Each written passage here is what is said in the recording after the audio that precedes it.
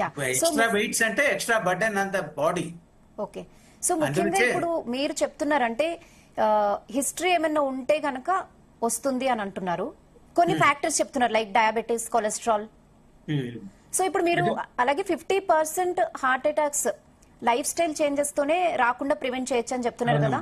So ఆడవాళ్ళలో ఎలాంటి life style changes చేసుకుంటే ప్రధానంగా మంచిదని చెప్తారు డాక్టర్?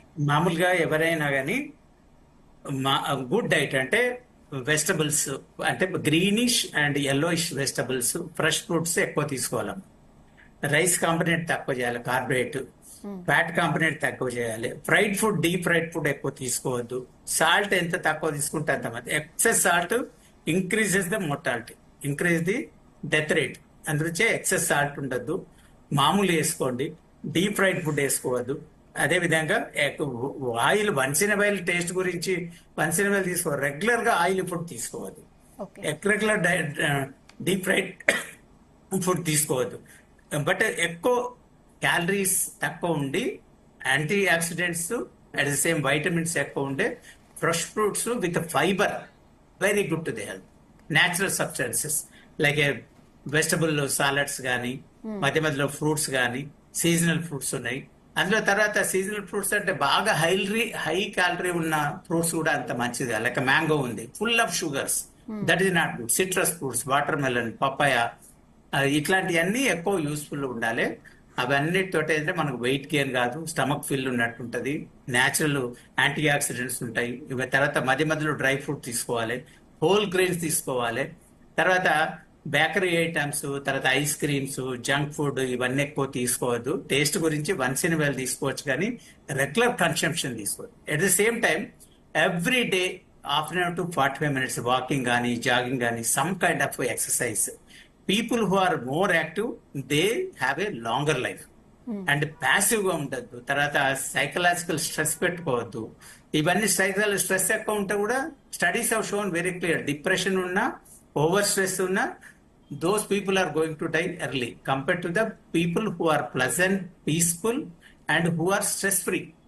సో అందువల్ల ఏంటంటే సోషల్ గా కానీ, మెంటల్ గానీ, ఫిజికల్ గానీ అన్ని హ్యాపీగా ఉండాలి. అండ్ తర్వాత గుడ్ పర్సనల్ రిలేషన్షిప్ ఉండాలి, గుడ్ డైట్, గుడ్ ఎక్సర్సైజ్, ఇవన్నీ ఒక డిసిప్లిన్ లైఫ్ ఉంటే డెఫినెట్ గా మనకు లాంజివిటీ అనేటువంటి గుడ్ హెల్త్ తోటి ఉంటారు తర్వాత. ఓకే. అండ్ ఎక్సర్సైజెస్ విషయంలో బేసిక్ ఎలాంటివి చేస్తే అంటే అందరూ ఈజీగా చేసుకోగలే బేసిక్ ఎక్సర్సైజ్ ఏంటో చెప్పగలరా? మామూలుగా ఎనీ ఫిజికల్ యాక్టివిటీ మనకు డెఫినెట్ గా లాంజివిటీ అనేది పెంచుతుంది. ఎనీ ఫిజికల్ యాక్టివిటీ ముఖ్యంగా మనకు ఉన్న ప్లేస్ లో చాలా మంది గ్రౌండ్ లేదు, అటుపోకుంటే ఇంట్లోనే వాక్ చేయండి. ఇంట్లోనే ఒక హాఫ్ అన్ అవర్ ఉన్న క్యారిడార్లను, మనకు ఉన్న రూములను సమ్ యాక్టివిటీ, వాకింగ్ చేయడము, మజిల్ స్ట్రెచింగ్ ఎక్సర్సైజ్ చేయడము. తర్వాత మనకి ఎవరికైనా రివర్ కానీ లేకుంటే వాటర్ ట్యాంక్ దగ్గర ఉంటే మనకేమన్నా ఏది స్విమ్మింగ్ చేసుకోవడము, సైక్లింగ్ చేసుకోవడము. అంటే these are all isotonic exercise.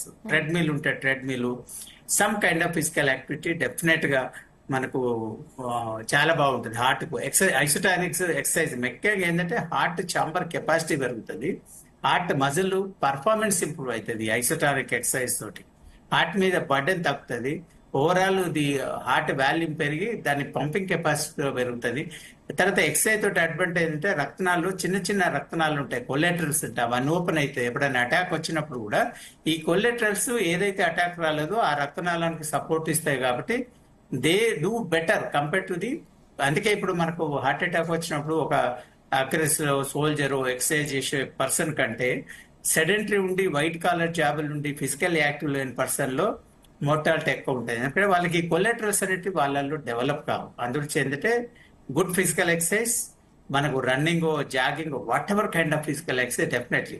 అంటే తర్వాత కొద్ది మందికి ఒక ఏజ్ వచ్చిన తర్వాత 35-40+ తర్వాత when they go for exercise gym లో జాయిన్ అయ్యేటప్పుడు ఫిజికల్ ఎక్సర్సైజ్ ట్రెడ్మిల్ ఒకసారి టెస్ట్ చేసుకొని వాళ్ళకి హార్ట్ డిసీజ్ లేదు, హార్ట్ స్కానింగ్ చేసి. ఇప్పుడు కొంతమందికి ఏంటంటే జిమ్కి వెళ్ళి సడన్ కొలాప్స్ అవుతారు. అంటే కొన్ని జబ్బుల్లో ఎక్సర్సైజ్ మంచిది కాదు, అంటే వాళ్ళకు సబ్ క్లినికల్ డిసీజ్ ఉంది. అందుకే ముందు ఒకసారి హార్ట్ స్కాన్ చేసి, కొద్దిమందికి హైపర్ట్రోఫిక్ కార్డియోపతి, గుండె కండరం లావు ఎక్కుతుంది. ఇట్లాంటి వాళ్ళలో ఏంటంటే when they go for exercise they can collapse suddenly. Bathroom లో కానీ ఎక్సర్సైజ్ చేసేటప్పుడు కానీ సడన్ గా కొలాప్స్ వెంట్రుకులర్ ఎర్తిమేస్ అంటాం. అదే విధంగా ఈసీజీలో కొన్ని అబ్నార్మల్స్ ఉంటాయి. హార్ట్ స్కానింగ్ లో హార్ట్ ఫంక్షన్ నార్మల్ ఉంటుంది, వాల్స్ నార్మల్ ఉంటాయి, యాంజియోగ్రామ్ చేస్తే నార్మల్ ఉంటాయి. కానీ ఈసీజీ అబ్నార్మల్ ఉంటాయి, ప్రొలాంగ్డ్ క్యూటీ అని ఉంటాయి, షార్ట్ క్యూటీ అని ఉంటాయి. వీళ్ళందరూ they are prone for sudden deaths. అంటే హార్ట్ లో ఎన్నో రకాల డిసీజ్ ఉంటాయి. కండరాలకు సంబంధించింది, వాల్వ్స్ సంబంధించింది, నాళాలకు సంబంధించింది, ఎలక్ట్రికల్ డిస్టర్బెన్స్ ఉంటాయి, రకరకాలు ఉంటాయి. అందుగురించి ఏంటంటే ఒకసారి బేసిక్ ఒక ఏజ్ వచ్చిన తర్వాత బేసిక్ హార్ట్ స్కాన్ కానీ ఈసీజీ చూసుకొని ట్రెడ్మిల్ చేసుకొని వాళ్ళ ఎక్సర్సైజ్ కెపాసిటీ ఎట్లా ఉంది, are they fit to do good exercise అని కూడా చేసుకుంటే మంచిది. అప్పుడు ఏంటంటే you can gradual increase the exercise capacity. ఒక సమ్ టైమ్స్ ఏంటంటే వాళ్ళు సడన్ గా ఎక్సర్సైజ్ చేసినప్పుడు మజిల్ బాడీ పెయిన్స్ వచ్చేసి వాళ్ళ ఎక్సర్సైజ్ డిస్కంటిన్యూ చేస్తారు. దానికి బదులు ఏంటంటే స్టార్ట్ విత్ 10-15 మినిట్స్ ఇనిషియల్లీ, ఒక 15 days తర్వాత 5 మినిట్స్ ఎక్కువ చేయడము, అట్లా half an hour to 45 minutes exercise. అది రెగ్యులర్ చేస్తే వాళ్ళకి హ్యాబిట్ లాగా అయిపోయి వాళ్ళ హెల్త్ ఇంప్రూవ్ అయ్యి వాళ్ళ అపియరెన్స్ చాలా ఇంప్రూవ్ అయిపోయి వాళ్ళు మళ్ళీ మళ్ళీ చేయడానికి దోహదపడుతుంది. చాలా మందికి ఏంటంటే ఓవర్ ఎంత్ తోటి సడన్ గా they go and do the half an hour exercise. Sudden గా ఎక్సర్సైజ్ చేసే వరకు ఏంటంటే muscles are not acclimatise. Next 48 hours they will have a severe body pains. ఆ పెయిన్ వాళ్ళు టాలరేట్ చేయక మళ్ళీ ఎక్సర్సైజ్ పోక మళ్ళీ అది డిస్కంటిన్యూటీ అయ్యే ఛాన్స్ ఉంటుంది. కాబట్టి గ్రేడెడ్ ఎక్సర్సైజ్ అంటాము, బాడీకి అలవాటు అయ్యేటట్టు ఫస్ట్ 10-15 మినిట్స్ ఎక్సర్సైజ్ చేసుకుంటా వారం 5 మినిట్స్ ఎక్సర్సైజ్ చేస్తే ఒక 2-3 months లో బాడీ ట్రైన్ అవుతుంది. కాబట్టి ఆ టైప్ ఆఫ్ ఎక్సర్సైజ్ మెయింటైన్ చేయడం అన్ని విధాల శ్రేయస్కరం.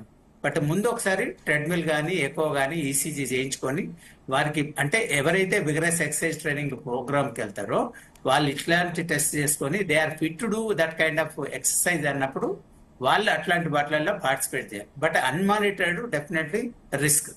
ఓకే.